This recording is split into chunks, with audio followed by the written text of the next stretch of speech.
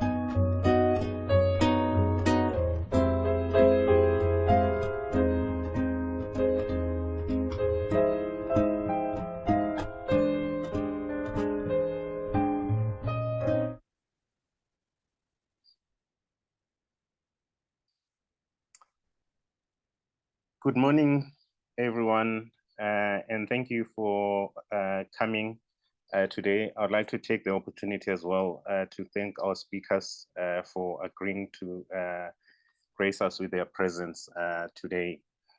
SBI is a two-headed organization.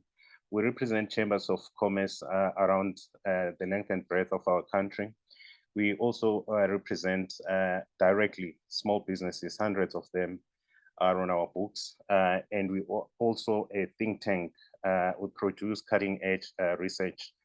If you go to our website, which is the smallbusinessinstitute.co.za, you'll see all the latest papers that we have done, including the first ever baseline study, COVID papers, seven suites of papers, including digitalization and tackling the disabling environment in our country, local government dysfunction. That's the latest paper that we released last year.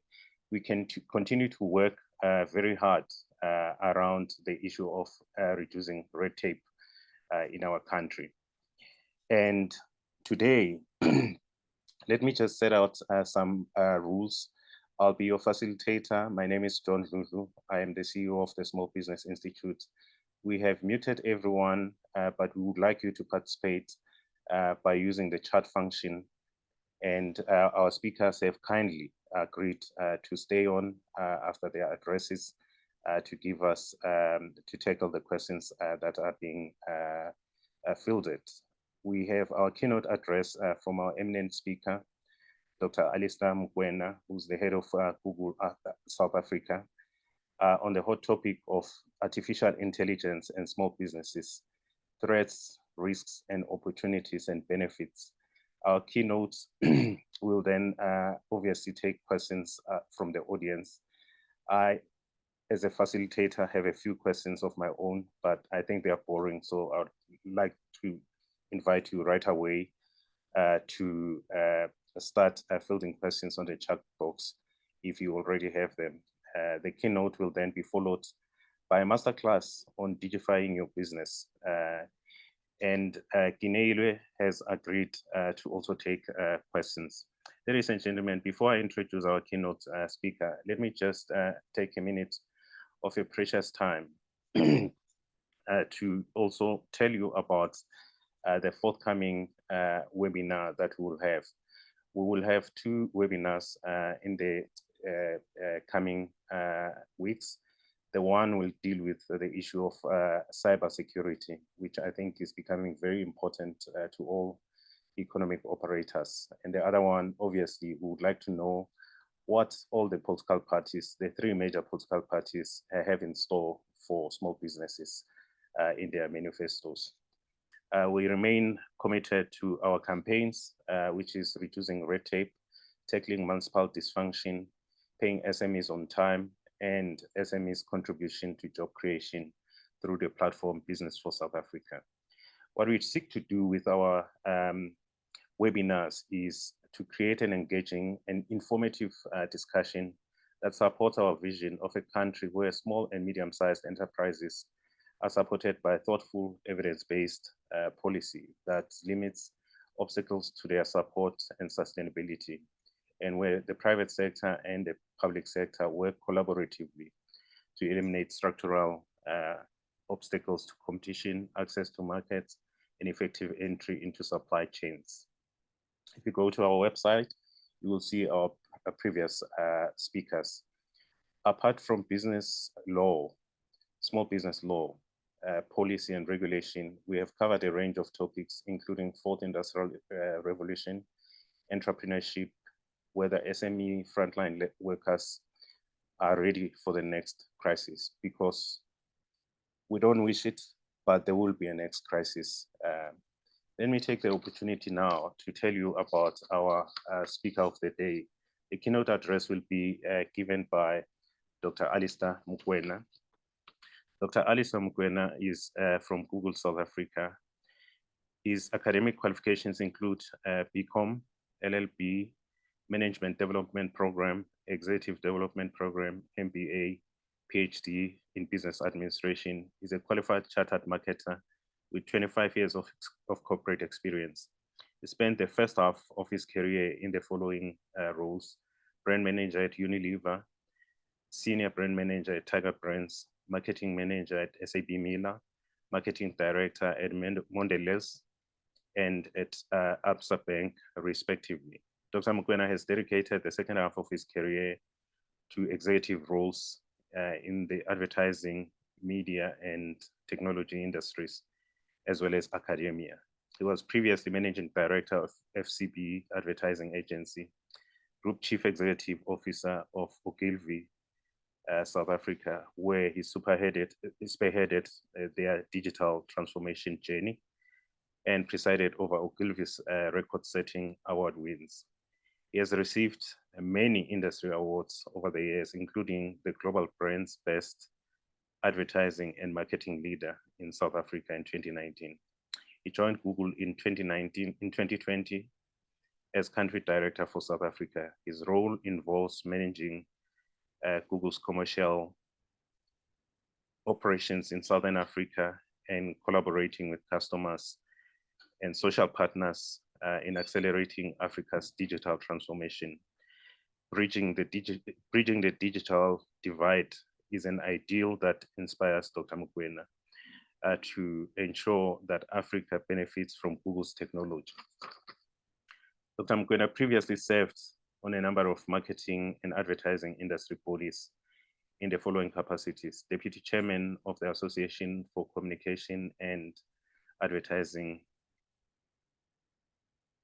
Chairman of the Integrated Advertising Bureau, IAB, member of the Advertising Regulatory Board's Final Appeal Committee, founding member of the Johannesburg Business School's International Advisory Board, and a member of the University of Johannesburg Institute for Intelligent Systems Advisory Board.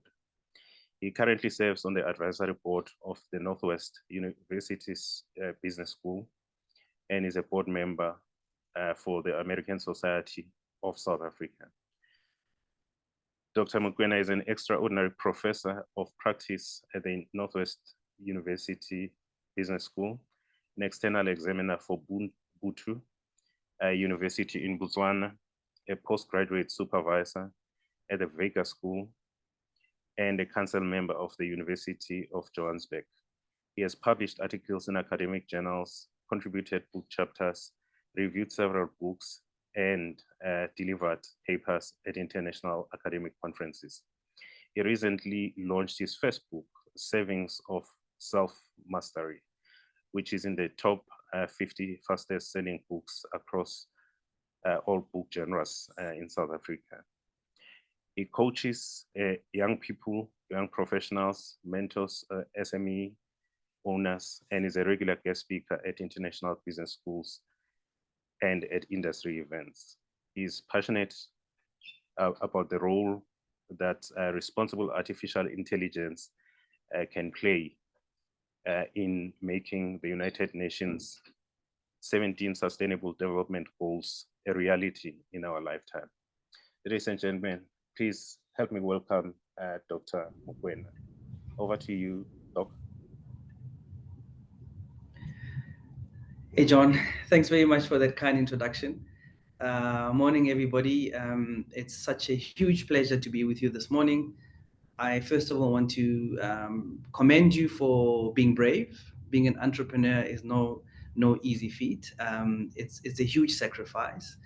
It's infinitely easier just to apply to a company and get a job. But those that want to make a significant impact in society, those that want to give up their lives and their aspirations to uplift the economy and uplift lives, choose entrepreneurship. So I want to thank you. I want to congratulate you on that journey. It does get lonely. So it's wonderful that the SBI has these sessions where we come together, where we share learnings, and we just embrace each other and say, it's okay, you're okay, you're doing good. So fantastic start to my morning. Nothing pleases me than joining a community such as this of people that are really wanting to make an impact and a difference. So thank you. So my brief this morning is to just come and chat to you about a couple of things that I've observed when it comes to business, when it comes to the role of small business, when it comes to the world of technology and society and humanity. So we all aware that the most exciting development in the last 20 years has been artificial intelligence, right? So it's as important as fire, it's as important as the discovery of electricity. Artificial intelligence is as important as the first three, four industrial revolutions. So every generation has had the privilege of witnessing a revolution. What we're seeing is unprecedented.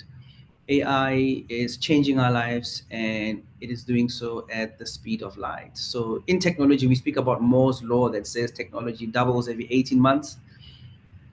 Well, I don't know if it's good or bad news, but that 18 months is no longer reality. Technology is increasing exponentially and improving every single day. Now you can see it as a friend, you can see it as a foe. Just like everything in life exists in a duality, there are positives and negatives to every development, and we'll touch on those. So let me speak briefly about the role of small business as we see it. In our continent of Africa with 54 member states, I think 86% of all employment comes from small business. So if you want to create jobs, you look to small business. As the president said, it's not the role of government to create jobs, but it's the role of government to create and induce a conducive environment so that business thrives, so that red tape is removed, so that starting a business is easy. The ease of doing business is a big catalytic factor in terms of job creation, poverty alleviation, and all those good things. So, and if we look at the fact that more than 90% of all businesses in our country and indeed across the African continent are small business. And if you look at GDP contribution, I think it's about 38% of South Africa's GDP comes from small business. So the role that you collectively play is massive. And obviously, for small business to really permeate the length and breadth of the country, there's a big reliance on formal structures such as chambers of commerce, where small business comes together, access resources, tools, and so on. And when we speak to small business, we realize that there's three key needs that all small business, regardless of size or industry, present with. The first one, as we know, is access to capital. Now that's important. Not everybody has a rich uncle or parents, and we realize that small business, really do need help when it comes to financial, capital and so on. And that's why you'll see the venture capital, space in Africa is really hotting up. There's a lot of interest in Africa. There are a lot of challenges that only Africans can solve. I always say that all the problems that we face today as a society were human made and human created, and therefore it'll take human beings to solve these problems. So we're under no illusion that somebody will come from outside to save us. Africa belongs to Africans, and African challenges can be solved by Africans. And in fact, Africans are now solving challenges for the rest of the world. So the first area is the area of financial injection into small business. The second area is access to tools, skills, and resources. And that's why these platforms are fantastic, because we learn so much, right? We have to make it our business to be students of life and students for life. And what do I mean by that? Well, students of life means we have to observe, we have to be sponges, we have to learn from each other, fall in love with the competition. Do not hate your competitors.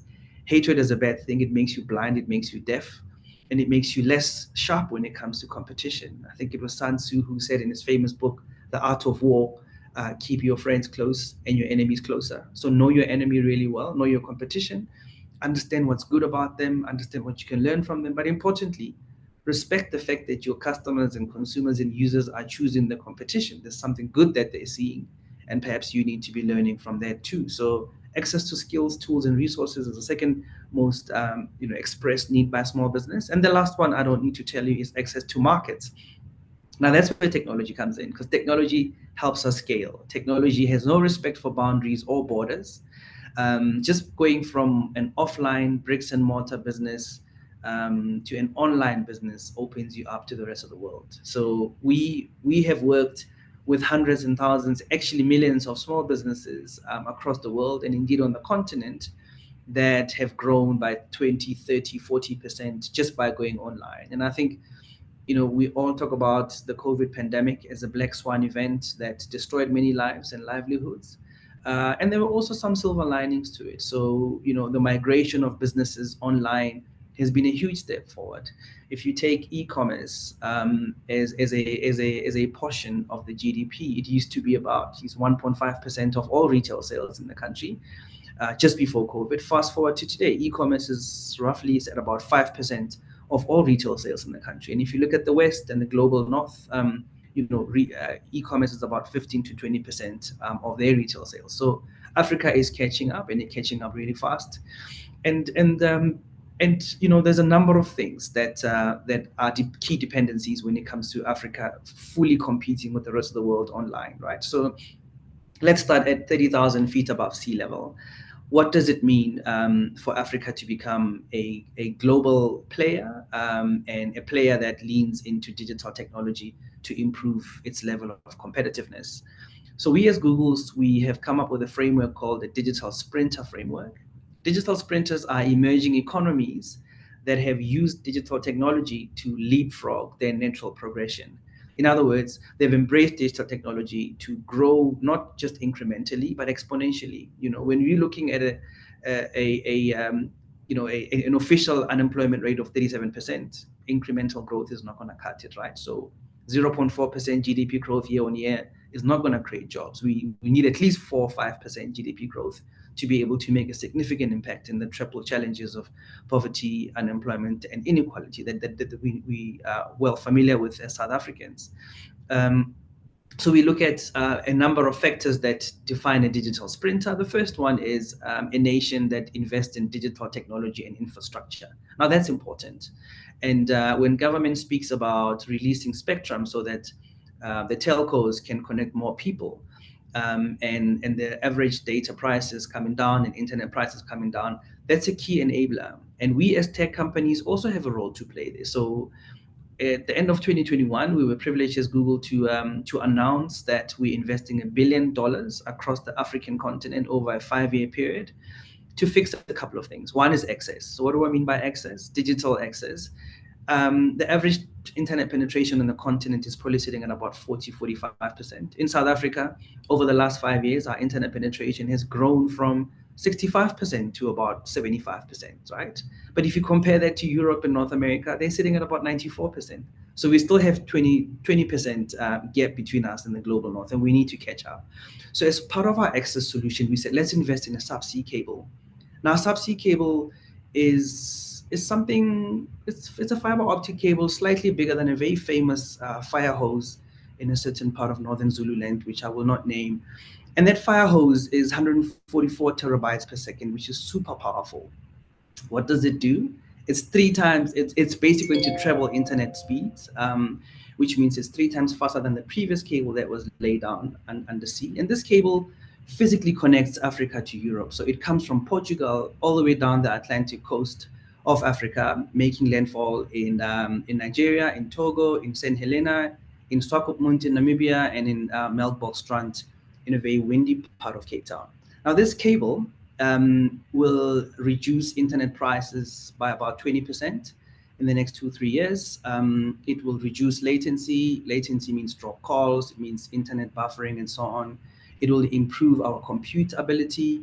It will create in South Africa alone about 180,000 indirect jobs, and it will inject $6.7 billion to the economy. Now, laying down a subsea cable is all great because it gives you faster, reliable, affordable internet access, and it's buried under the sea, and you need to protect it. It gets damaged by ships when they anchor. But so whenever there's internet connectivity issues in the country, it's because a cable has snapped undersea, and it takes a few days for the ship to go out there, locate it, fix it, and come back. So as we add more and more cables, we're ensuring that the end user doesn't suffer too much. And what supports these cables once they make landfall is data centers. So you'll hear and you will see a lot of construction happening. So when you drive, if you live in Gauteng and you see on the N1, you drive past Midrand or Waterfall, you will see all these big, ominous-looking buildings that you're not quite sure what they do, and they have lots of aircon vents outside and everything. Those are data centers. That's where data is kept. High security installations, fully encrypted to ensure that data is not compromised. And as we talk about ushering more and more millions of people onto the internet, we've got to think about creating a safe online environment. So things like cyber security, cyber attacks, harassment online, terrorism, recruitment, phishing, financial scams, all those things happen online. So we need to make sure that we protect our data centers pretty much like one would protect a Fort Knox or any correctional services facility. Okay, maybe I shouldn't talk about correctional service facilities because people are known to escape. But data centers have to be proper maximum security. Now, we've launched our first cloud region across Africa that connects basically the entire continent. And what that cloud region does is it increases our bandwidth, it increases our ability to compute, and it makes Africa competitive. And just investing in this cloud region will add about $2.6 billion to the economy of this country, and it'll add about 40,000 indirect jobs. Now, it's important to fix access if we're going to get more Africans online, right? So at the moment, what is the population of Africa? 1.3 billion people. How many people in Africa go hungry every day? Well, 440 million Africans live in poverty. And how many Africans are on the internet today? Less than 500 million. So we have about 800 million Africans who have never used the internet. Now, 800 million people is just marginally bigger than the size of Europe. Now, imagine Europe not having touched the internet. That's the challenge we face as Africans. So where are we now, 2024? About 24% of the world's youth population lives in Africa.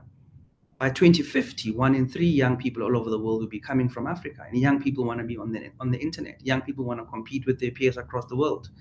By 2030, there will be another 300 million Africans coming online. Now, unless we invest in digital infrastructure and technology, the internet will crash. So all of us have a responsibility to ensure that we create the right environment for the economy to thrive. And small businesses will be big beneficiaries of that infrastructure and access investment. So I spoke about the infrastructure bit, which is fantastic. That's one of the key aspects of fixing access. But alongside that, what good is the internet if you speak a language that's not represented on the internet? So there are a few structural barriers to internet connectivity. There's about 7,200 languages in the world, give or take, official, unofficial, Creole, Pidgins, ethnic languages, and official, codified, and languages that have been translated before. So, out of 7,200 languages, we have launched Google Translate, an app that translates languages, and we've got about 133 languages that have been translated, and they're spoken by about 1 billion people across the world. And that's one of the ways in which we're increasing access to the internet, to ensure that the internet is compatible with languages that are spoken by people, particularly in underserved, under-resourced communities. You can think of Africa, you can think of Asia. 80% of our languages in this country are actually now on Google Translate. So if you travel across the continent, you end up in a place where you don't speak the language, but you need to read the road signs, or you get to a train station and you can't read the map. You can just use Google Translate app to translate what you see, and hopefully you'll be able to make some sense of that. Now, another key barrier for small business on the internet is local currency. We're quite fortunate in South Africa that our financial systems are well developed, very mature, and we don't have some of the limitations that many of our friends, brothers, and sisters across the continent face. So forms of payment, local currency, very often are not compatible with online platforms. Now, how do you benefit from e-commerce as a small business if you don't have compatible currency and compatible forms of payment? Well, that's where innovations coming out of Africa, mobile money innovations like M-Pesa, for example, have been so successful. So we as tech companies are working really hard to ensure that we open up our platforms so that any currency on the internet can trade. I mean, on the continent can trade on the internet, and forms of payment can be acceptable. Not everybody has a credit card on the continent. Not everybody's banked. And there's a lot of small businesses across the continent that don't even have financial records.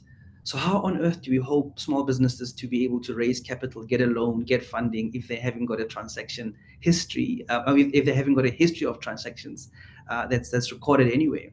So I'm mentioning quite a lot of challenges and problems, and I know that quite a few of you are already looking at solutions in those spaces. There are already apps in South Africa that are formalizing informal sectors. If I look at even the recycling industry, which is highly unregulated and informal, there are people that are launching apps to connect, people that collect, recycled material to the recyclers, to help formalize that system. And if those transactions are recorded digitally, you now have transactions that you can take to the bank and say, listen, I'm viable, I'm bankable, please can I have a loan?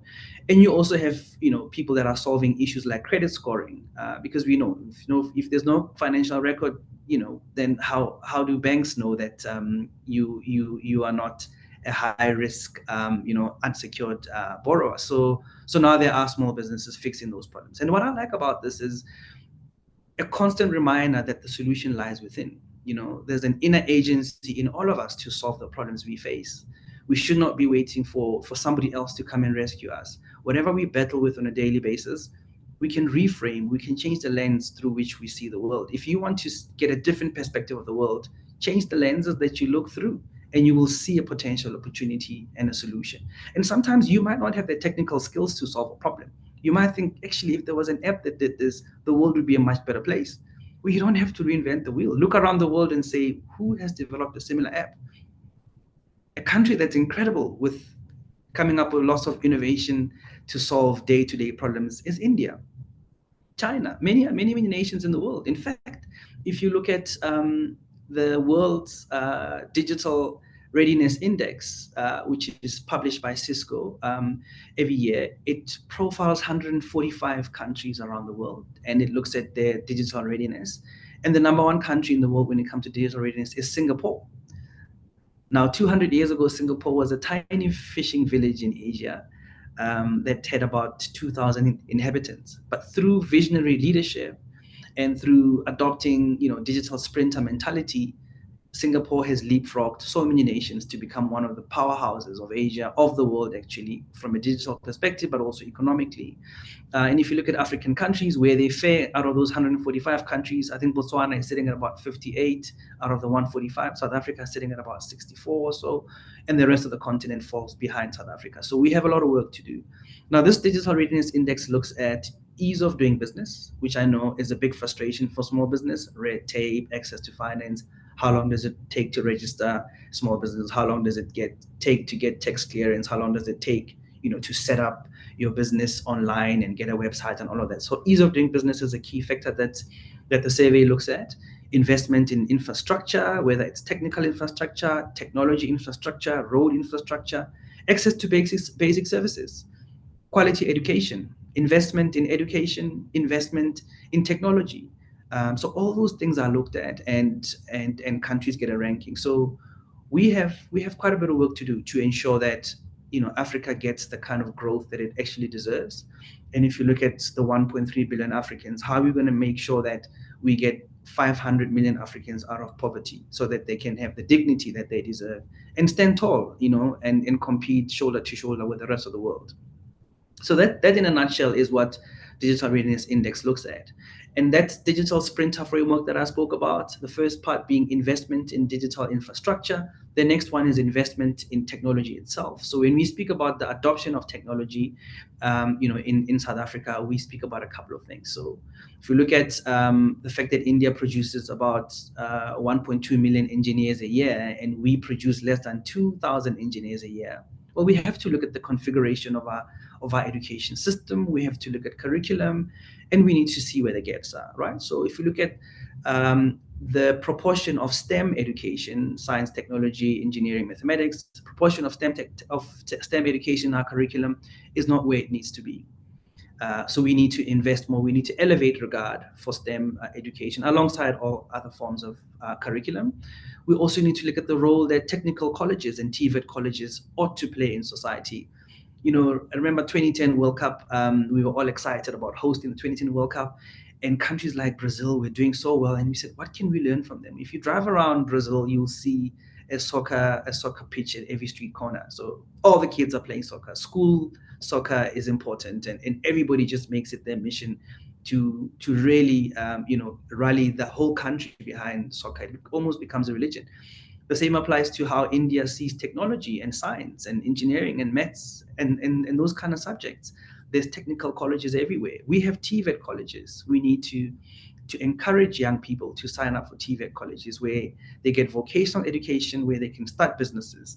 You know, our hope and our future in Africa is not to produce graduates and people that are going out to look for jobs. We need to be creating job creators, right? We need people that are going to start businesses like yourselves. You know, a typical small business will employ anything between 4, 5 to 10 people that previously didn't have a job. And that's what this society needs. If street by street, corner by corner, we have a couple of small businesses employing 5 to 10 people, that's really how we're going to fight, the scourge of unemployment and stubborn poverty. And then the third pillar of the Digital Sprinters framework is looking at human capital. Now, how do we ensure that every African has access to great quality education, formal and informal? Earlier, I spoke about being a student of life and a student for life. Well, student of life, observe without judgment, be a sponge, learn from people around you, just learn by example. But also student for life, continuous education, constantly adding to your skill set. There's lots and lots of free online courses in any subject, in any industry, including digital technology. We as Google, we've got Think with Google. If you just go and do a search for online courses, whether it's cloud, it's digital marketing, it's cybersecurity, there are all kinds of training courses, customer relationship management, sales training, brand management, building value propositions. How do I become more competitive? How do I improve my service quality levels and so on? There's lots of free tuition and education online, and all of us must just take advantage of that so that we keep sharpening our pencils, right? If technology is doubling and improving every couple of months, well, we need to keep up. And then we speak about AI as a component of training, our human capital and really ensuring that Africans and South Africans indeed are able to compete with the rest of the world and take advantage of the possibilities presented by technology. You have to be ready for opportunity. You cannot be flat-footed. You need to be open to learn, and you need to be open to unlearning some of the things that you've held on to as kind of conventional wisdom, right? So AI, very, very simply, goes by very many different definitions, but artificial intelligence was a concept crafted by John McCarthy in the 1960s. He was a computer scientist at Stanford University in America. And really there it was about replicating human intelligence so precisely that machines can actually imitate it, right? So there's 4 aspects to a human being that we are now trying to get machines to mimic. So the first one is the mental capacity, what we call machine learning. The ability of machines to learn from observation and to do what human beings do intuitively. Look at how a baby learns by observation. So we're now training machines. We're training these large language models to learn from, large data sets, right? So that's machine learning in a nutshell, giving a computer a bit of a brain so it can process. The next thing after the brain is the eyes. And in computer language or in computer science, we call that computer vision. So that's training machines, these models to be able to identify images and objects, whether in pictures or in video. But it's really training machines to be able to kind of identify things. So things like license plate recognition when you drive through those e-toll gantries and stuff, or when you're driving into office parks or residential estates where they've got cameras that recognize your number plate. That's all computer imaging. If you look at how we're using AI to identify mosquitoes that carry malaria across the continent, where you got drones, these autonomous drones that are in the air that have great computer vision that can pick up these mosquitoes and warn communities. You can look at the fact that in agri-tech, some people are running farms remotely by just mounting cameras on their farms and using drones to take images of what's happening there.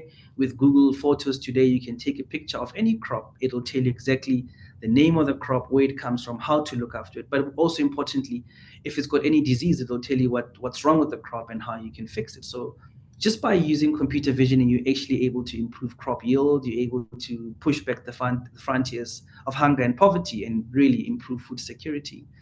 So after the brains, the eyes, you get the arms and the feet, and that's robotics, right? So that's giving computers the ability to lift things, to be mechanically involved.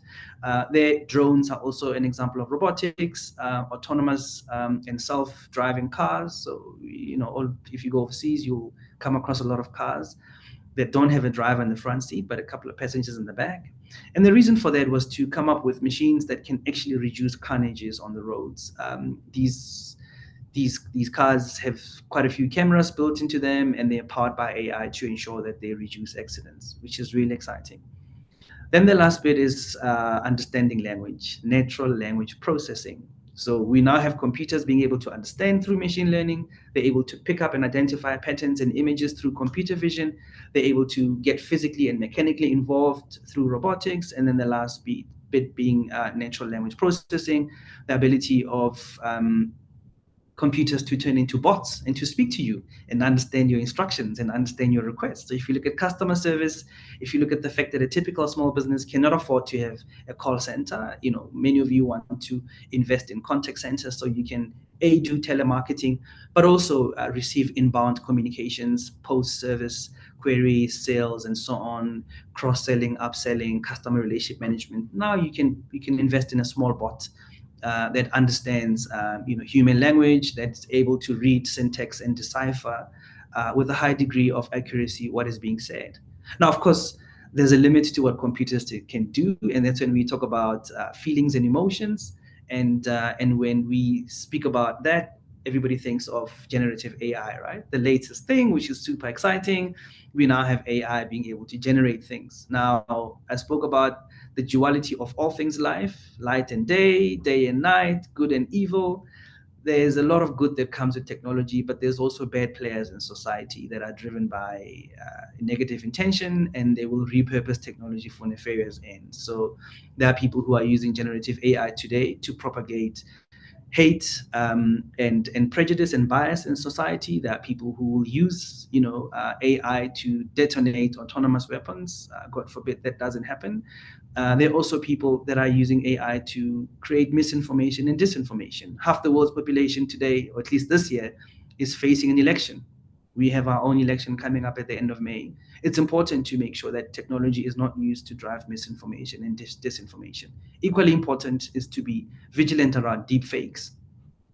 Now, why is it important? If you can go into any Chat GPT or Gemini, as we have our own generative AI tool, and you give it instructions, you say, give me an image of a dog wearing an Orlando Pirates jersey standing on Table Mountain. Chances are it will give you that image. Now, that image is manufactured within 5 seconds. Now, if I say, give me an image of John Lulu sitting outside Tasha's drinking orange juice, it might be able to do that. Now, John is not at Tasha's right now. He's right here on this video call with us. So can you see the danger that exists with some of these great innovations? So what is the lesson there? Every privilege, every joy in society has a corresponding responsibility.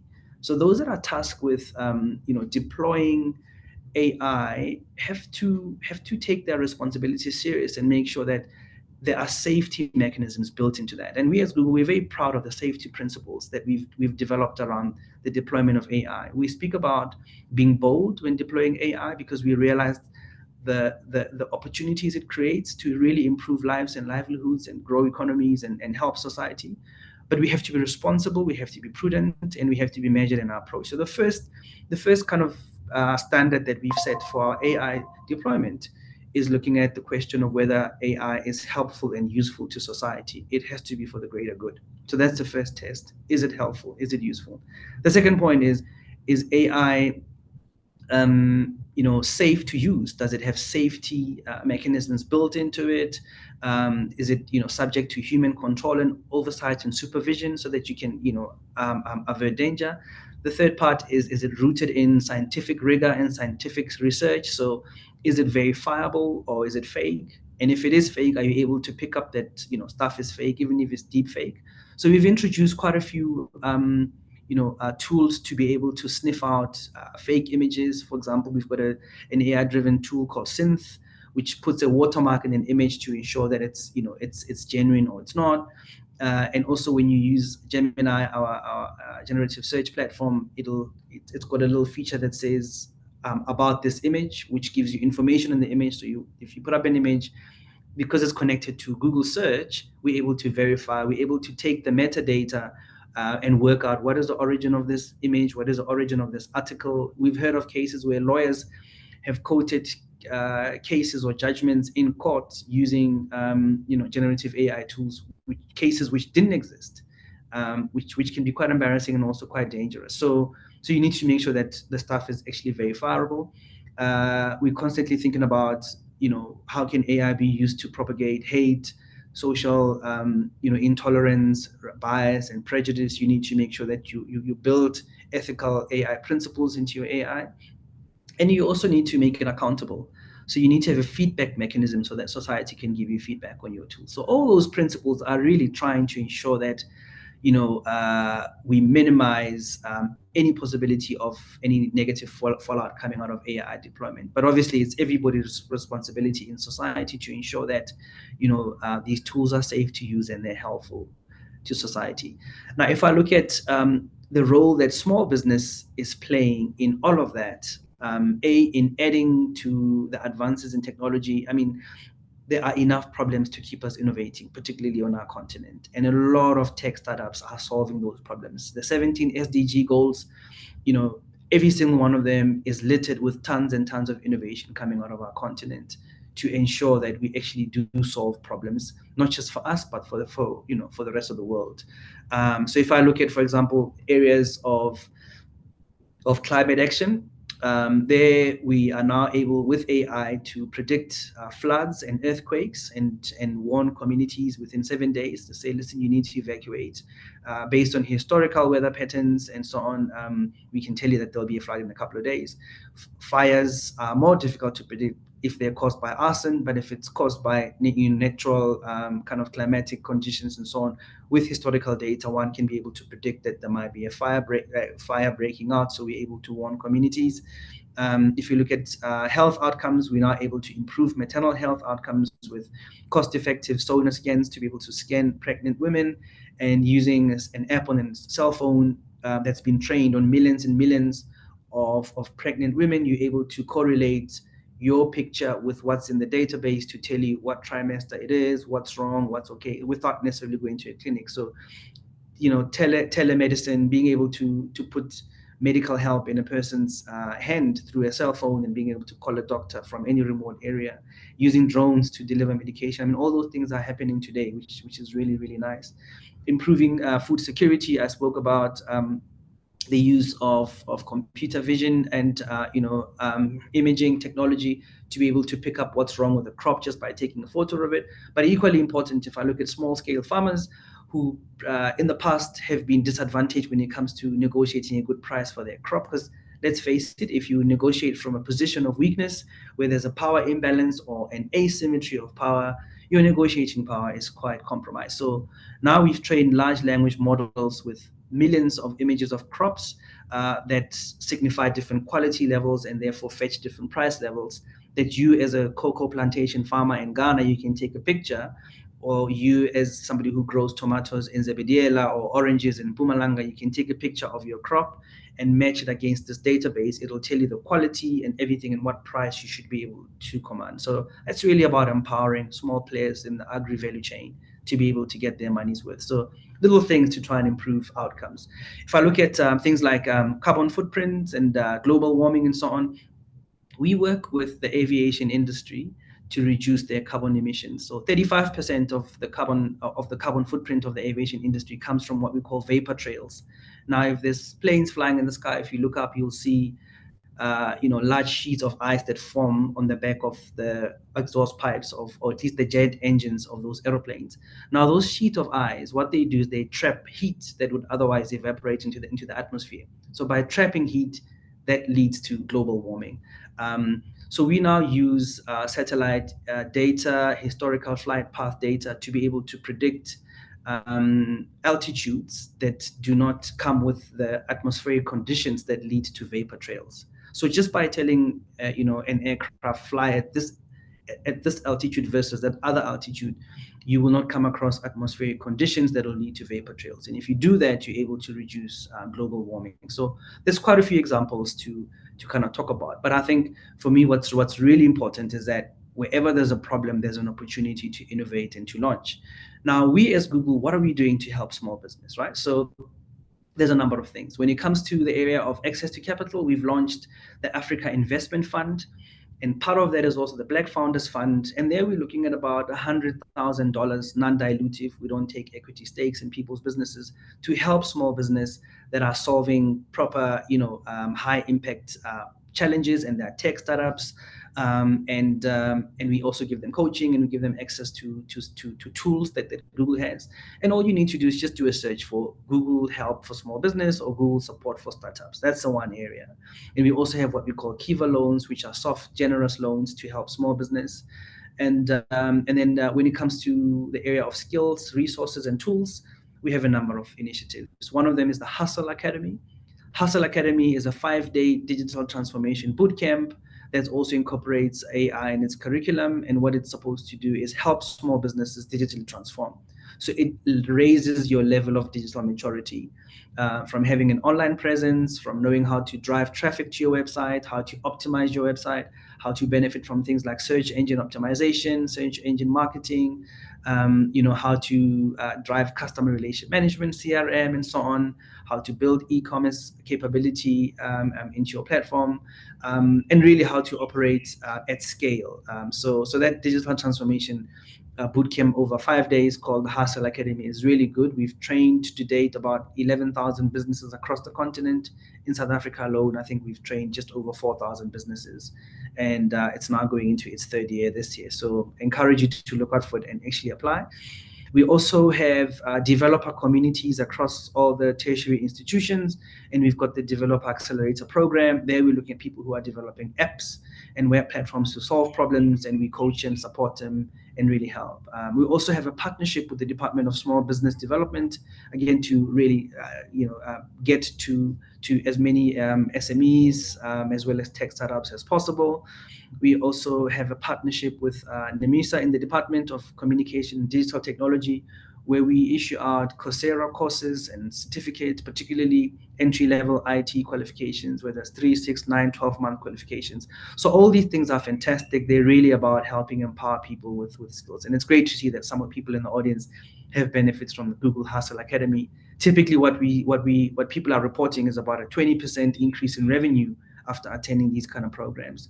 And what some people say is just by being online, you're able to grow your business 2-3x. Whether you're a guest house or a fashion business, you're now able to trade around the world. I mean, if you look at people like Tsepo Jeans, who are now a global success, and we get people all over the world who say they've actually bought their products, and you've got guest houses that are now able to not just attract local tourists, but tourists from around the world. So there's a lot that you're able to do. And then there's also things like Market Finder, which is a tool that we also have that helps connect you to global markets. And very often you'll need research on the market. You'll need supply chain logistics issues, things like demand for your product or your category of business. So all those initiatives are aimed at helping small businesses scale. So there's quite a bit there, and I would encourage you just to look up all these things continuously and think about how do I improve my business. Then there's also a focus on underserved communities and vulnerable communities, whether it's people living with disabilities, whether it's women-owned businesses. If you look at our continent, 80% of the small businesses in most parts of Africa are women-owned. And women use mostly about 85% of their income on things like education and skills development to benefit other people. So we also have programs that specifically look at women entrepreneurs, women in tech, and really supporting women.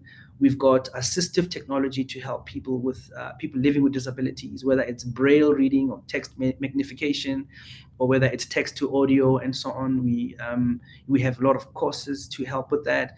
I think another issue that we find is that a lot of entrepreneurs, even graduates, for example, have not had interview training. We've now launched an AI platform called Interview Warm-Up. What it does is, and don't think of interviews as just something to help you get a job. Interviews are also with venture capitals, with bankers, with potential investors, and so on, with potential customers and suppliers.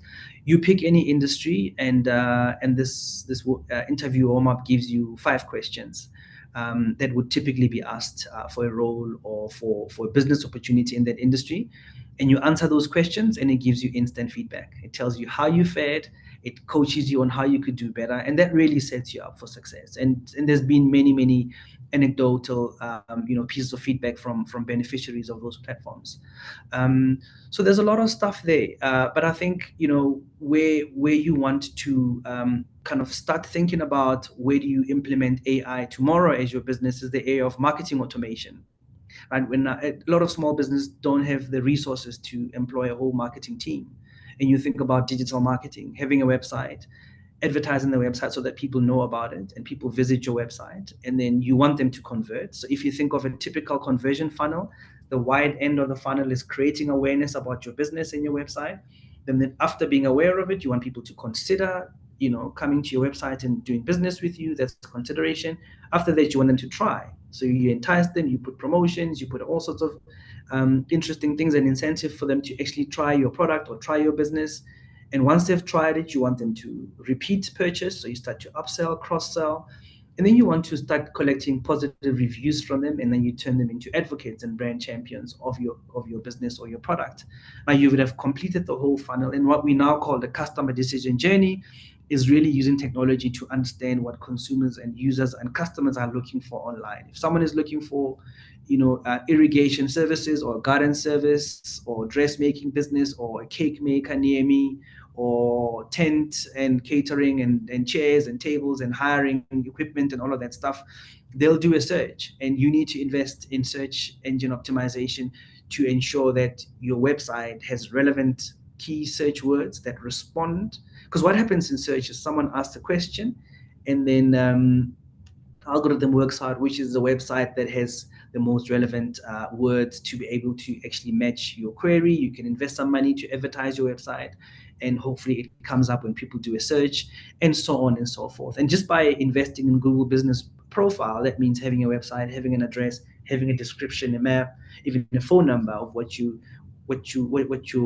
business stands for, and an opportunity for happy customers to leave reviews.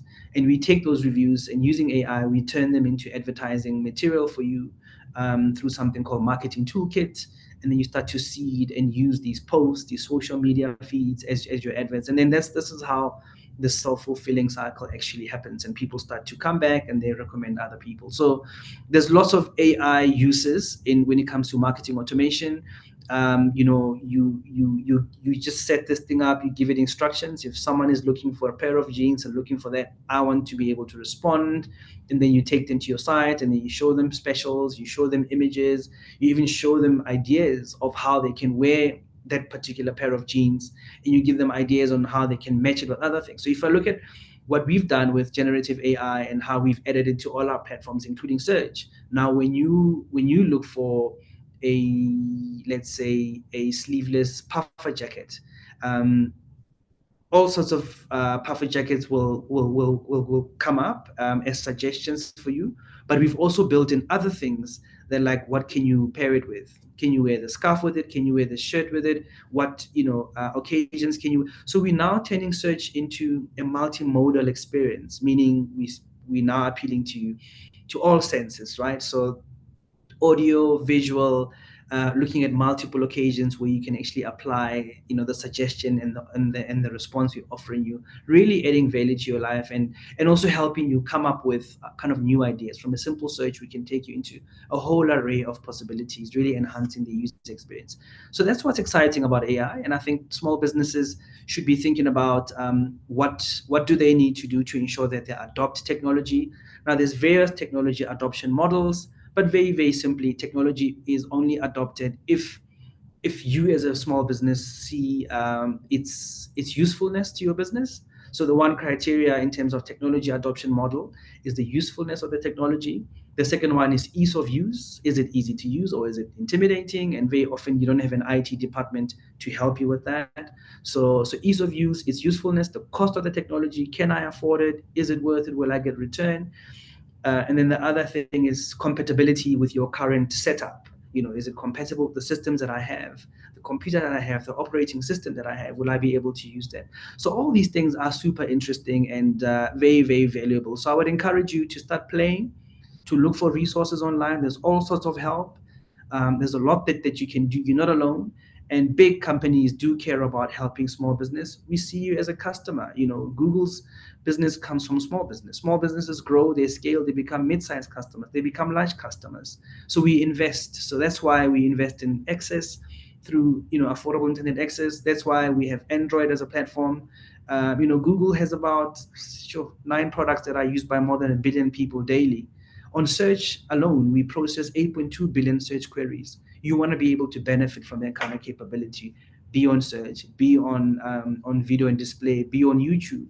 When there's load shedding and people can't watch TV, they're able to consume content on YouTube. And if you advertise there, you're able to kind of, attract audiences to your site.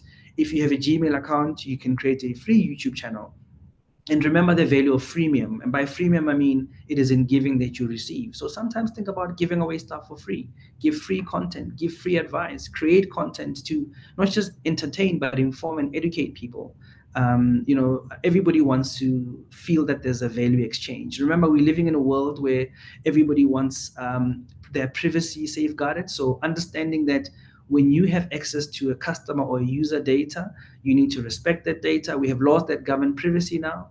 We're now working in a cookie-free world where people are not leaving cookies everywhere and you're able to kind of find them.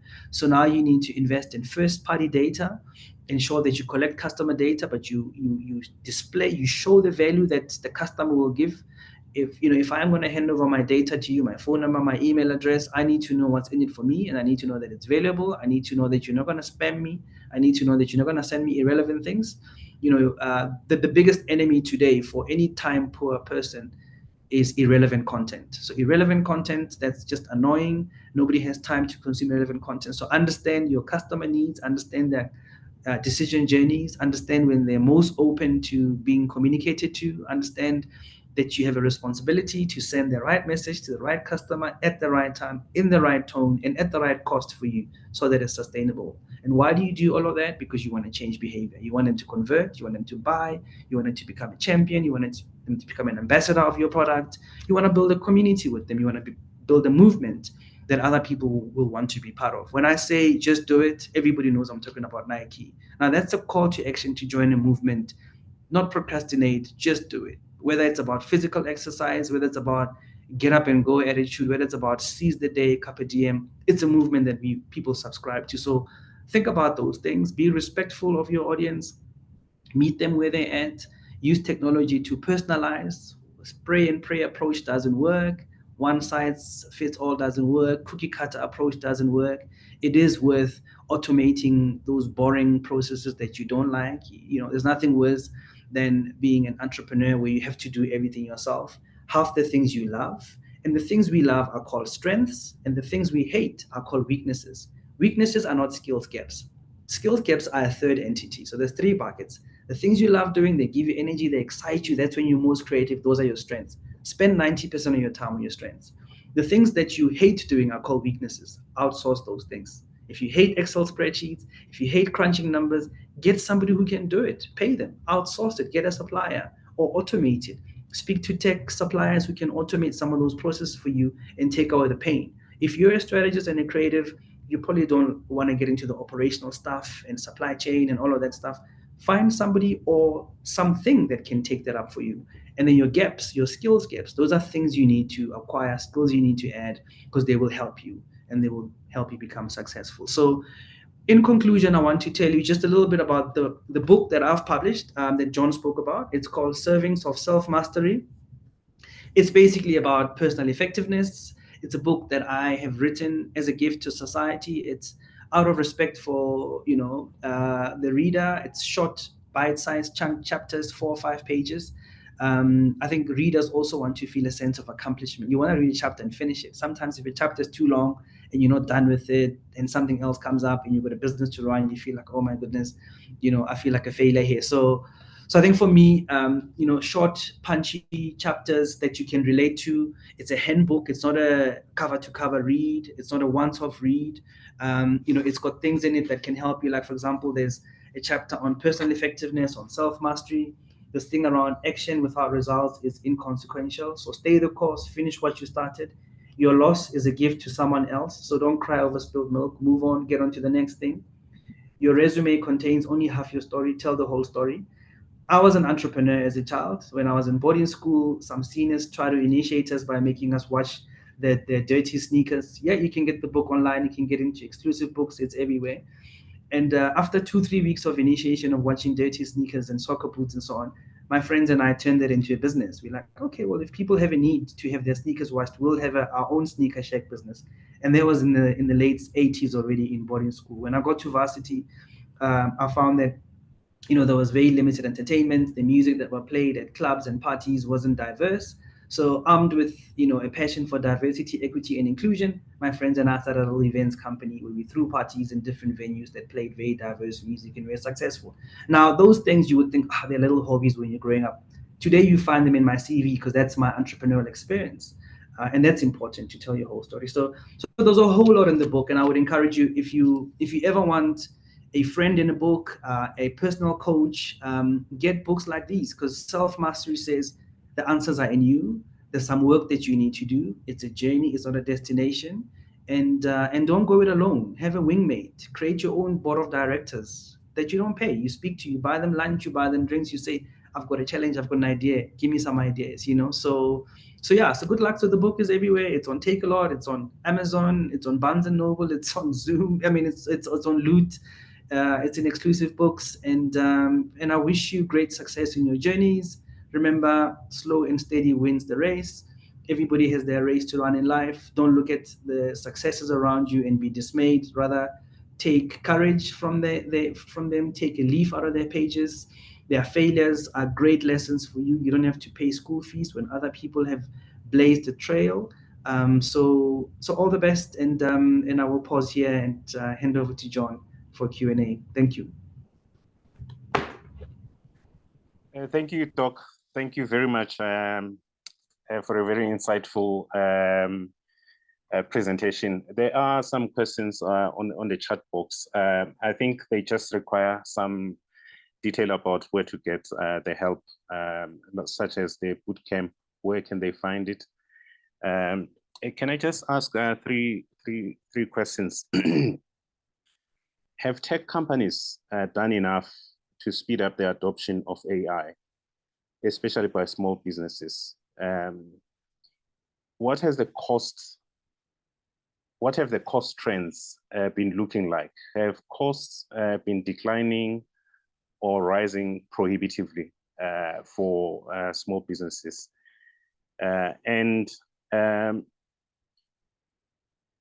Is AI deepening the inequality and dominance of big business and continuing to exclude small businesses?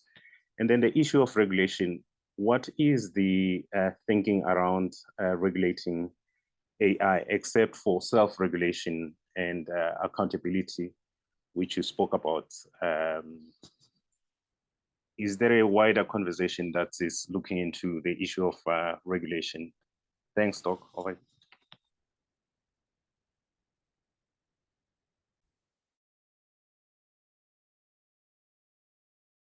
You're on mute. So, yeah, rookie mistake. So the first question is big business doing enough to help make AI much more accessible and much more ubiquitous in society? Well, it would be arrogant to say yes, they're doing enough. Nobody's ever, in a position to say they do enough. There's always room to improve, right? But I'll tell you, one of the misconceptions about AI is that we think that it's 2-3 years old because of generative AI. AI is about 22 years old. And if I start off with search, right, when you start to type a query and then it says to you, is this what you meant? Or did you mean this? That's AI. That's search actually asking you that you misspelled something. Maybe let's correct your spelling. Let's help you, narrow your search query so that we give the right answer. So that's AI. A lot of us use Google Maps and Waze every day to get from point A to point B in the fastest possible time. That's all AI. A lot of us have autocorrect when we type in, when we texting. That's all AI, right? And if I look at small business now, you are able to use generative AI to write any kind of document, an application for funding. If you go to Gemini and say, "Help me apply for a loan," it'll give you a letter. So that there are so many things. And if you want to create images, if you want to do great presentations, to pitch ideas, to pitch businesses, AI is helping you with that. So we have to see AI as the day-to-day tools we're using to become much more effective. Automation is a form of AI. So you can automate some services. You can speak to tech suppliers and say, listen, I've got this much budget and here's my business operations. Please come and consult with me and help me become much more streamlined, much more operationally savvy and efficient. Where can I take some of the repetitive tasks and hand over to a machine? For example, if you want to create 300 different print adverts or digital adverts or posters for 300 different consumers that are looking for different things, AI can do that for you within minutes. So, I'm not saying you don't need to go and get the services of creative people. You do need to, but you can also automate some of these things. So there's a lot that's happening. That's on the one hand. The second thing is AI deepening inequality in society. Well, the good side of AI and any technology is that it improves efficiencies and effectiveness. It grows businesses. It gives us skills. It gives us convenience. It helps us become better at what we do. What is the downside of it? I spoke about the harms of AI. Sometimes people use it for bad things. People use it to divide society. People can use it, to spread hate, to create misinformation, disinformation. So there's a lot of things that can go wrong. And yes, it can cause inequality, but I think we have a choice to make. We have a choice to make to ensure that these good things, we use them for good purposes. There's a need for regulation. Absolutely. This digital sprinter framework that I spoke about is available. Anybody can do a search. Just say digital sprinter framework on your Chrome or any browser. But I think Chrome is a really good browser that I use every day, not because I get paid by Chrome, but yes. So look at digital sprinter framework. You'll see investment in digital technology and infrastructure, investment in technology itself, investment in human capital, and then competitiveness. Competitiveness speaks to regulatory framework, regulatory landscape. Governments have a role to create the conducive environment for businesses to thrive and create jobs and grow economies. So there's a need to regulate. There's a need to regulate the deployment of AI because we spoke about the downside of AI. So we need to ensure that people don't just go out and create these things that can be used for harm and for bad ends. So there has to be regulation. There has to be competition regulation. Competition authorities exist for a reason, to ensure that small businesses are not disadvantaged. So there's definitely a need for that. The Africa Continental Free Trade Area is creating a single market across the continent. We're now, for the first time, unleashing full trade, intra-Africa trade between nations, which will really help us. 1.3 billion people, 54 member states. That's a huge captive audience. And alongside that, we're creating protocols for a single e-commerce market across the continent. So the digital economy will thrive if there's access, there's connectivity, if smartphones, there's about 500 million unique cell phone subscriptions across the continent. If we get more smartphones, much more affordable into people's hands, if we make technology easy and easy to use and quite intuitive, and if we make sure that we remove language and currency and forms of payment as a barrier, and if we ensure that e-commerce is supported by strong compute power, strong data centers. I'll give you an example. Take a lot on Black Friday handles about 3 million transactions just in one day. Now, you need a strong cloud partner to be able to to handle that kind of traffic. So all these things talk to what needs to happen for Africa and small business in Africa to be able to thrive. So we can't say we're doing enough. There's still room to do lots more. Thank you very much, Doc. Just can you please share your official social media handles? And it's name and surname. So if you go to LinkedIn, Alistair Mokoena. If you go to Twitter, Alistair Mokoena. If you go to it's name and surname. I'm not trying to be difficult. Yeah, you mentioned the drive for building maximum security data centers across the globe, more especially in Africa. How do small businesses participate or get opportunity in these construction projects? I think small businesses need to do their research and need to understand what part of the value chain are you interested. So there's no right or wrong answer here. So anything you want to do, you just make inquiries. If someone is building something and you part of the construction value chain, well, you have to look at the opportunities there and knock on the doors and say, is it open? Is it, can I be part of this? So yeah. So just like anything, any opportunity in life, you've got the agency inside you to make it happen. Doc, and thank you very much for indulging us. I really appreciate your time. It feels really good to call you a friend and a former schoolmate. Thank you very much. No, thank you so much. It's been wonderful. Thanks, Doc. Thanks for your time. Thank you. I appreciate it. And good luck, everybody. Enjoy the rest of the session. Cheers. Cheers, cheers.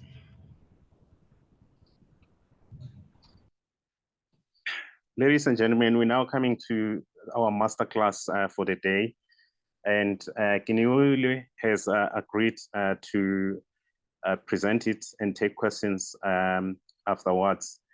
Keneilwe is a dynamic and accomplished professional with a wealth of experience in project management across a diverse range of sectors, including events management, media production, and business development. A journey in these fields has been marked by steadfast commitment to excellence and a passion for driving positive change.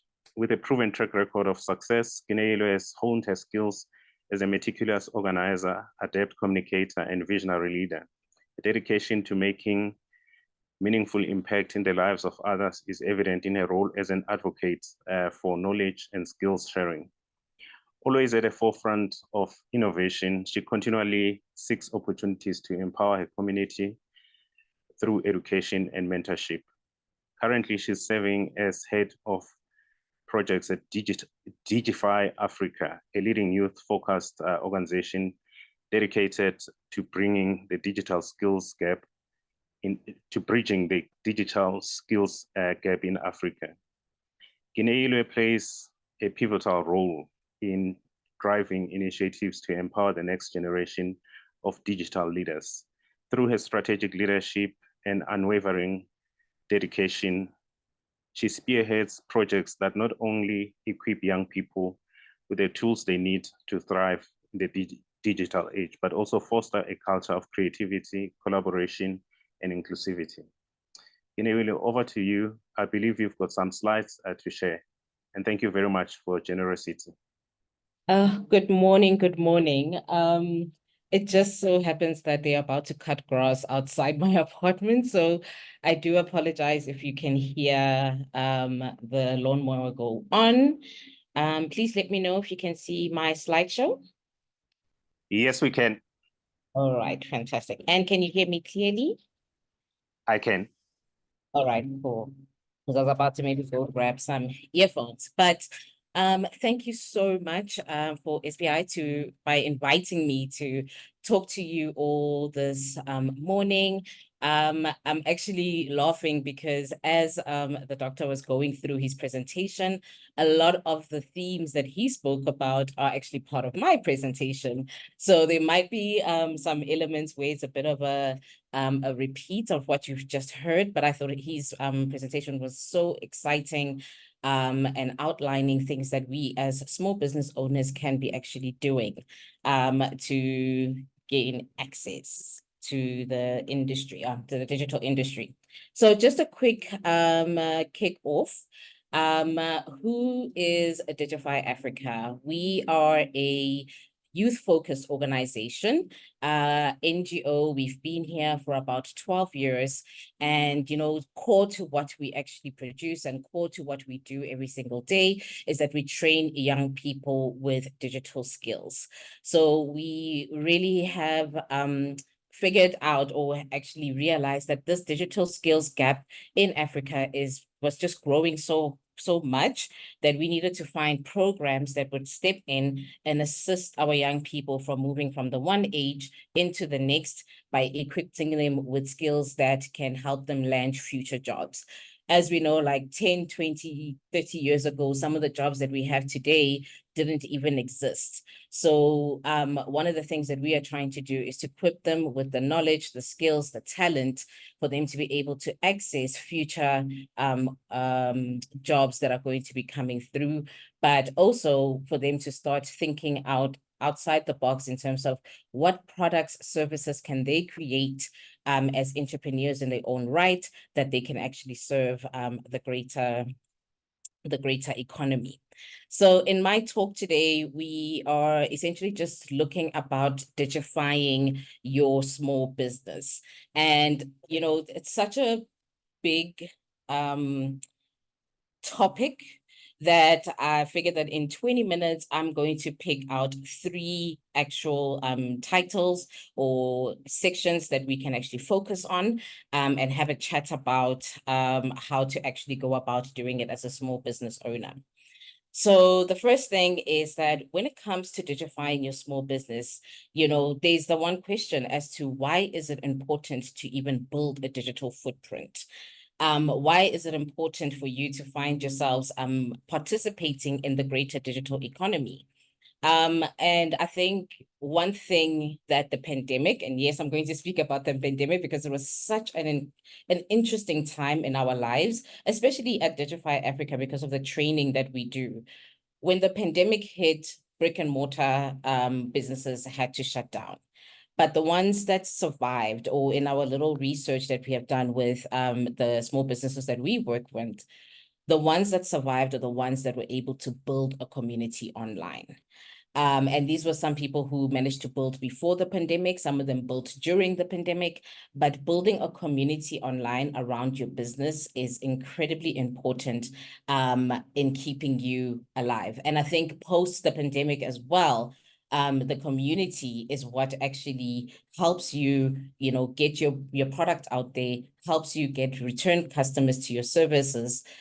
So every time when you're thinking about building a digital footprint, I want you to just think how important it is to make sure that you are creating a community around your business itself. Then the other thing about building a digital footprint is that it is the best way to get your foot in the door in accessing the digital economy. So where we at is that, you know, we as small businesses, we have customers that love our products or love our products and services, but we also need to find ways to attract future customers. And that's where the digital economy comes in, is that now you can take your product service to the greater good or to the greater world and attract that future customer. But also the understanding is, how do you then go about attracting this future customer? And I'm going to talk a little bit more about it as we go ahead, but I just want you to think about it, is that the importance of us building a digital footprint is for the sustainability of our small business in the end of the day. It is also a way to make it easier for your customers to actually find you. So back to that idea about attracting the future customers. And I know the doctor mentioned about, you know, how people will Google. You know, that's like, I mean, Google, it's a term. It's like, you know, Google me. It's an actual verb. It's a thing that people actually do. So when you are going ahead and building that website and going onto the platforms, you are actively finding ways to reach the future customer that you don't even know you have yet. So when you're thinking about building your digital footprint, these are like some of the aspects, a little bit of elements that I would like you to keep in your head to say, I'm doing this to build a community around the business and the business that I have.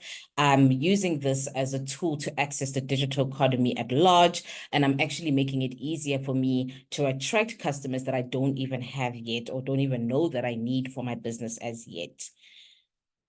Then the other one that I want to talk to you about also here is thinking about your offering, like when you're taking your offering to the world. This is an important part as well, you know, because you can decide today that, okay, I'm going to be a small business that prints t-shirts. And that's great. You know, you have a product, you know what you want to do. But when you're taking this offering to the world, you may need to want to sit down and do a little bit of strategic thinking of what it is that you're actually doing, or what it is that you're actually going to put forward into the world. What are you going to offer? Because that is what is going to make you different. That is what's going to make you stand out. So taking that time to do that strategic thinking is a really important element. Then obviously, when you're thinking about the offering, you're going to start thinking about your target audience. There will always be a baseline audience. When you created your business plan, your business case, when you're going through just the initial ideation of your business, you were also thinking about your target audience, and you even probably did some market research there as well. So there will be a baseline audience, which are the people who are currently, you know, using your products or using your services at all. But again, I want to speak to you about the future customer. You know, when you're going online now, you are exposing your business to the larger community, but now you need to find ways that for your future customer to be able to find you. And I think someone that has done this really well, and because I was just thinking of examples, because a lot of the times people will always think that, you know, I have to have a product for me to go out there. And it's not always the case, you know, even when you're thinking about your service. And when I say the future customer, I'm even thinking about people who will use your services in 10, 20 years' time. There's a lady who is a family lawyer. Her name is Tebello Mutswane. She has a YouTube channel. She's very active on Twitter. But what I love what she has done for herself and her small business is that when she gives knowledge, right, she's speaking about things that are happening on a day-to-day basis. I remember it was around the times when my friends were getting married and her YouTube came up and she was talking about how, you know, when you're having lobola negotiations, you need to have a prenup first and why it's always best to do that. So she was giving information to the greater community for people who are planning in maybe next to 10, 20 years can use the knowledge that she shared. So she's giving information for, yes, the current customers that she has, but also for the future, the people who, like she says, she doesn't, like I was saying, she doesn't know that those people are going to be her future clients, but when it's time for them to draw up contracts, wills, or whatever the situation is regarding family law, they would be able to get in touch with her and use her services. So she has created a great ecosystem for herself and a great funnel of people just consuming her knowledge and consuming what she's sharing with us, but also people that will, you know, maybe in turn come back to her business in future. Then in terms of the offering as well, big part, and I know I'm preaching to the choir here, but your brand, the brand that you hold, the brand that you give is so important. Your brand is how the people will experience you and experience your business, your product, your service. Your brand is what will essentially outlive you when you're running your business. So actively investing time and effort in building your brand is something that's really great when you're going into the world of digital and you're digifying your business. Your brand voice as well is what will actually stick out. It is what customers will see and resonate with and want to actually go ahead and support your business at the greater thing. And for this one, I just thought of there's a famous TikToker who's a housekeeper. And I'm just by saying that, you would say Mbali Ntlako. The fact that she has created an entire community of how to use basic essentials in the house to clean different parts of the home. But that thing, her brand being, you know, I am Bali Ntlako and I'm a housekeeper. That sticks with you. And at any moment and at any time, if you shout it in a group of people, people will actually respond back because she has created that brand. So when you're thinking about your small business as well, what is so unique about you that people will always remember, so that when it's time for them to make that purchase, when it's time for them to make that investment in a small business, the first place that they come to is you. So there's that element that I'd like you all just to keep within your thought process when you're digifying your small business. Then I want to talk about what is currently available, that you can use right now in your business to digify yourselves. And this is the part where I think Dr. Alistair and I were really, really like thinking in the same type of wavelength, because the things that he spoke about are the things I'm going to speak to you about here. And the first and foremost thing is use the platforms. The platforms, a lot of them are free for you to start yourself off with. So take the time to learn how to use the platforms to your benefit. I always like to say, like, use the platform in a way that you can exploit the platform to help you in the end of the day. So find a way, do the training, be searchable, by making sure that you have that website, you have that Instagram page, TikTok, whatever social media page you want to use, any way to get yourself to be searchable when people look for your business is an incredible thing. So back to what the doctor was saying, like, understand how SEO works and how to make sure that your business is being pushed to the right people who are seeking your services. Another element that we are both going to speak about is continuous learning. And I cannot stress this enough. There are a lot of programs that are run in various communities, in various areas, and even online, where you can continuously learn how to better your offering to your current customers and future customers. So I wanted to speak about some of the work that we do at Digify Africa. We have a program called Meta Boost. It is mainly online, but we do go out and do some face-to-face session. Meta Boost is a program that is funded by Meta, the tech giant, and what we actually do is we go out and we train small businesses on how to use their platforms. So as you know, Meta owns Instagram, WhatsApp, and Facebook. And each of these three technologies have subsections that are made for small businesses. So how you can use WhatsApp as a small business to put out your catalog, your pricing, how you can communicate to customers that are coming in, customers that need to pay. You can find a way, and this goes back to like automation. You can find a way to quickly automate certain things and repetitive repetitive actions that you do.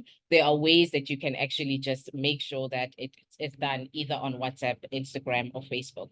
So that is the training that we provide. Like I said, we do a lot of them virtually, so you are able to join in a one of the topics and just upskill yourself in how you as a small business owner can actually use the technologies. The program has been running now for about 4 or 5 years.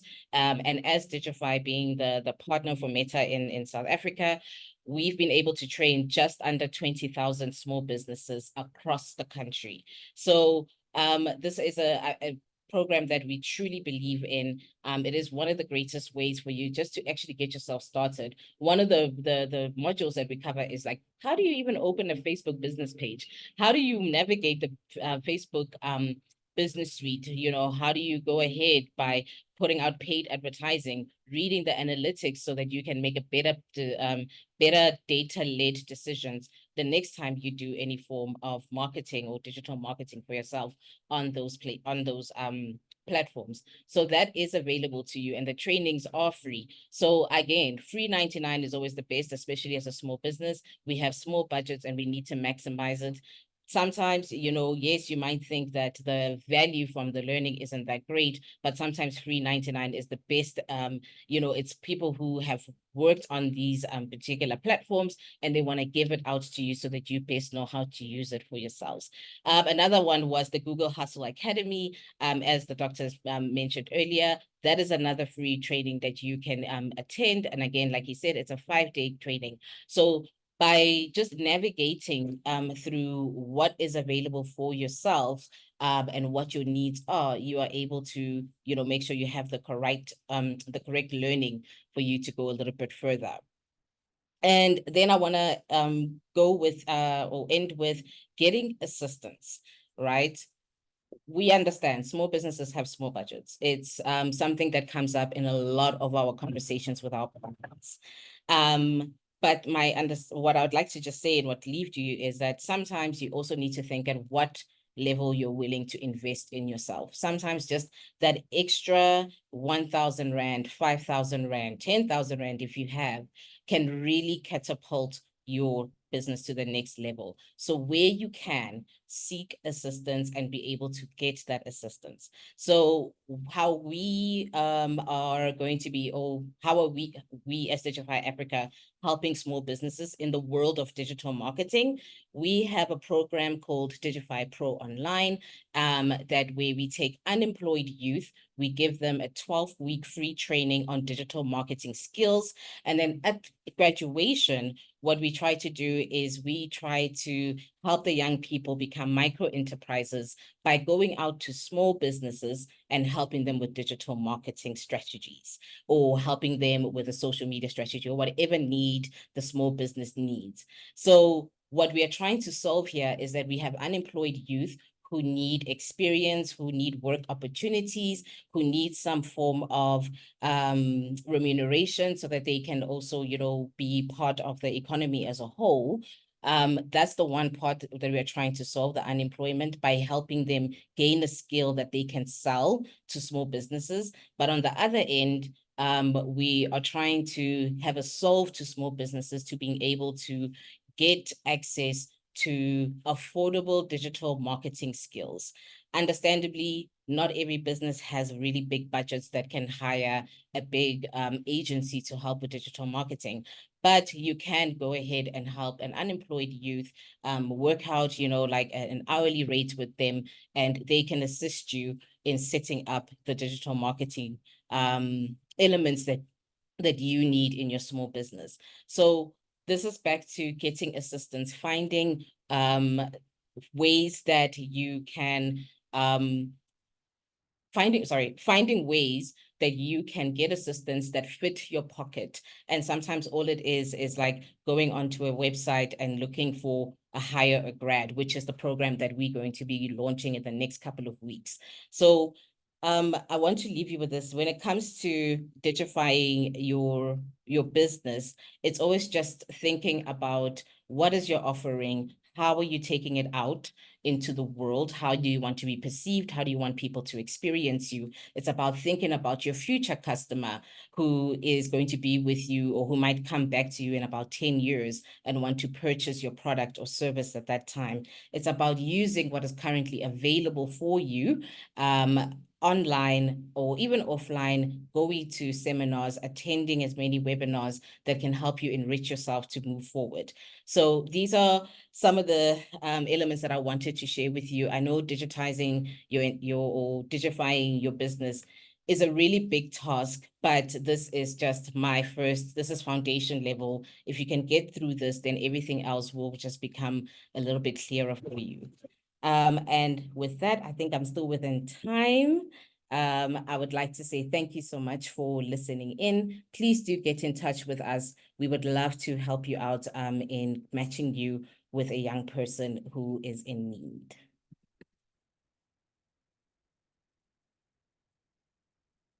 Thank you very much, Ms. Malotle. Thank you for your time in a very exciting presentation. 3 or 4 questions. Why the focus on the youth? Do you work with SETAs, for example, because there's billions of rands which are in the SETAs, and there are millions of very needy, deserving youths who cannot access, who are not in employment, who are not in training, who are not in education centers. Do you work with them? And is there anything you are doing with Kuguru Africa, or your association with Meta precludes you from working with them? All right. So the first one, why the focus in youth? I think it goes back to what the doctor mentioned earlier, to say that Africa is the youngest, right? We are a youthful continent. So, and the work that we do, we actually offer it in currently only in 3 countries, which is Nigeria, Kenya, and South Africa. But as part of our plans, we would like to expand to, I think we have another 3 countries that we are having conversations with to deliver our trainings there. In regards to the CETAs, we have bumped into some bumpy roads because there is a lot of red tape. Because our current learning as it isn't certified, the CETAs haven't been really open to working with what we do. At first, it was about the curriculum, because our curriculum changes, I would say, with every single cohort that we have. And sometimes we have 2 to 3 cohorts. We try to keep up with what is currently happening on the ground when it comes to technology companies.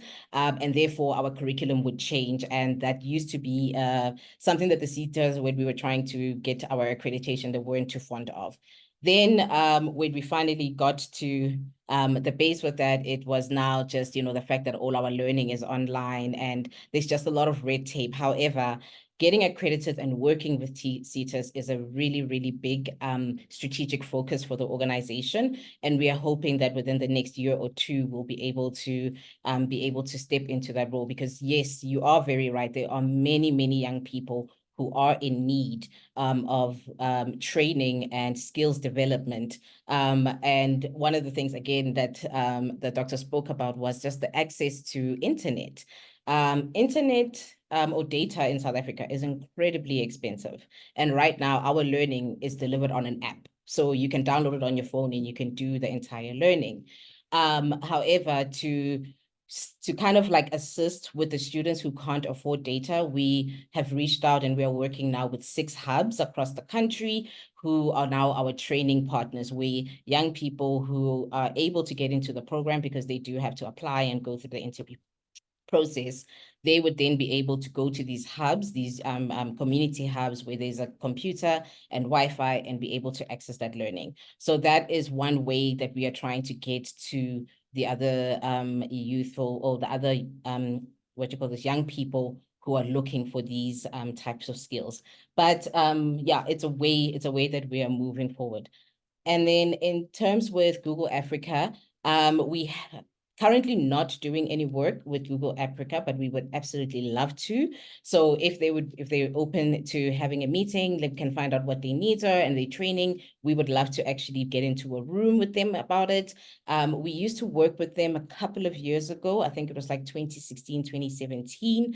But since then, we've been working with Meta, and haven't actually done any work with Google Africa just yet. Thank you.